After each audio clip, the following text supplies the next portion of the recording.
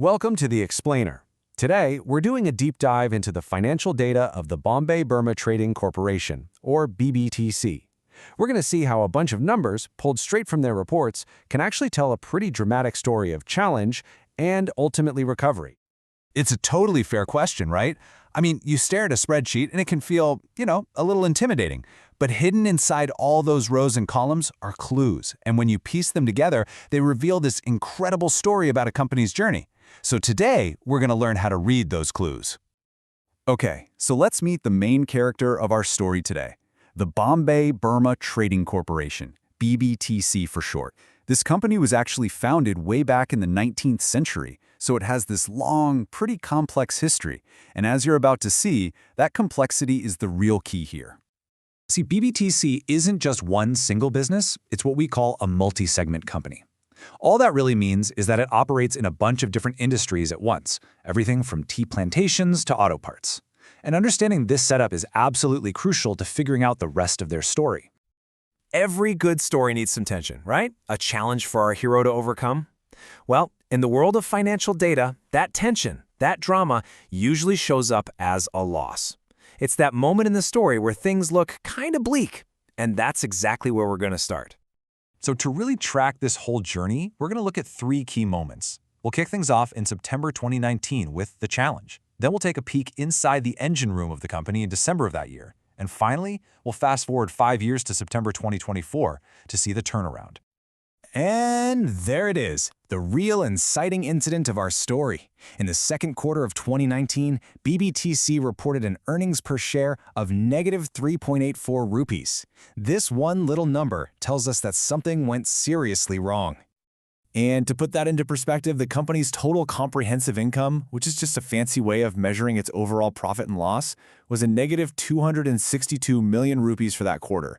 So yeah, this wasn't just a small dip, this was a pretty significant financial hit. So what is earnings per share, or EPS, even mean?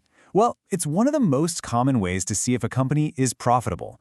You just take the total profit and divide it by all the shares out there.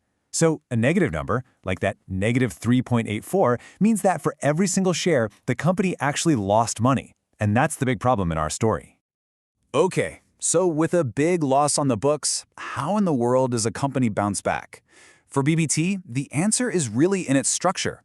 Let's take a look at what we can call its diversified engines. This chart here shows where all the company's money was coming from just a few months after that big loss.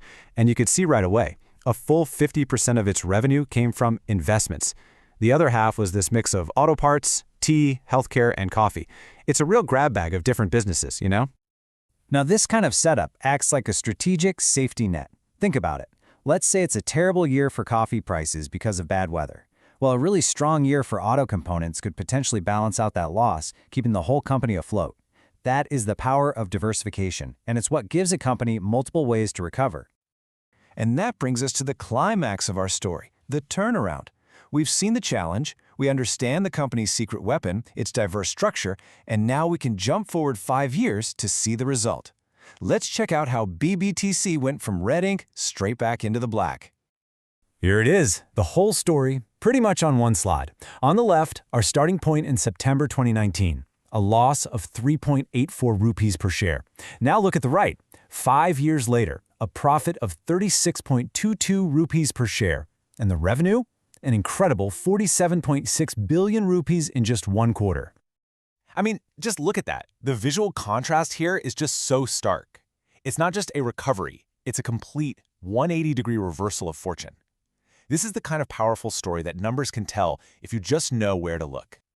Let's just pause for a second and really appreciate the scale of this. We've literally traced a journey from a quarter where the company lost over $250 million rupees to a quarter where it brought in 47.6 billion in revenue. That is a massive, massive transformation. So, what did this case study really teach us? How can we apply this to other companies? This last section is all about the key takeaways, what you need to know to read the story in the numbers. It really boils down to these 3 steps. First, you've got to find that point of tension. For us, it was that negative EPS. Second, you have to look under the hood to see how the company actually works. We did that by realizing BBT was a multi-segment business. And third, and this is so important, you have to compare data over time. You've got to connect the dots to see the full picture. And this quote really says it all, doesn't it?